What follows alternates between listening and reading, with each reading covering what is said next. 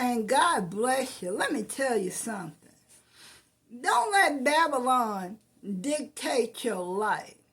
Now, last year, I had a check come to me for $5. And I saw that it came from a legitimate company. So I went on and scanned it on my phone and deposited it into my bank. Today, which is what? May the 27th, an unexpected person popped up in my house while I was in the shower, drying off.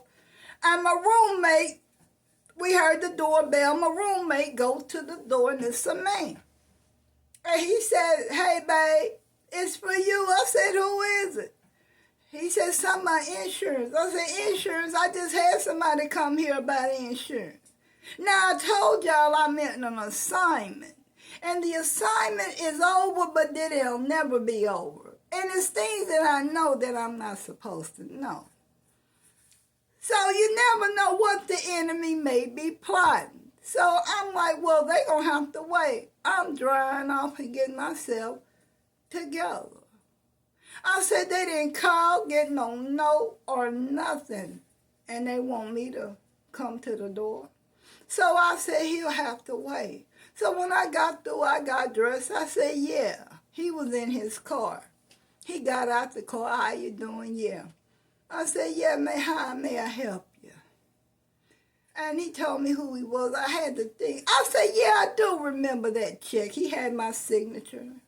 And he said, "Well, can I come in and talk to you about insurance?" I said, "Well, I got insurance."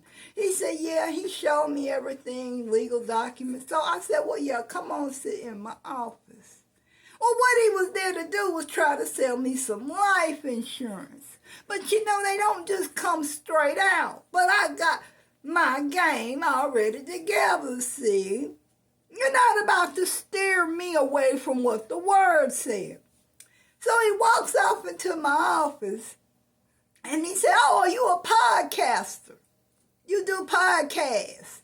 I said, "Well, actually, I've tried," and I said, "I'm getting ready to start it up again," because he saw the green sheet and my mic and stuff over here and this light. And I said, "But no, I minister the word of God, and I do it on social media." He said, "I like the way you got it set up." Yeah, how can I help you?" So he sat down and started asking me all kind of health questions. I said, "No, don't have that, don't have that, don't have that, don't have that." I take medications? I said, "Well, yeah, I take stuff to help me go to sleep." I said, "But I don't take anything for other stuff." You know, I told him I was injured on my job years ago. You know, so he started feeling out. Then he wanted to come talk to me about being 55. Well, here come Babylonian. Well, I knew Babylonian was coming through the door anyway. He gonna tell me, well, you know, at 55, a red flag come up. Yeah, to hell it comes up. I said, "But let me tell you something. Let me cut you off right now. You're not about to sell me anything." I said, "So let me explain something to you. You're black, I'm black. I don't go by the stereotype, high blood pressure, cholesterol stuff." I said, "Let me tell you about my family history. On both sides of my blood family, there was heart disease, high blood pressure, cancer, stroke, diabetes, depression,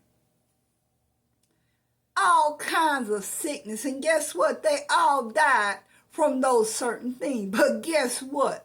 I don't have none of that. And some of them died before they were my age. I had to set Babylonian straight, because Babylonian will come in your house and tell you that this Bible is a lie. Because then he started telling me about a woman that was 70-some years old, and it was hard for him to get insurance policy for her because of her age and sickness. I said, "Well, poor thing." I said, "But I plan plan to be here when Jesus come back in my right mind. And he said, well, why don't you have life insurance? I said, well, when it's time for me and I feel like it's time for me to get it, then I don't get it. I said, but the Lord knows how to take care of me. I don't need Babylon to take care of me. You got to know when you're dealing with the devil in a suit and tie.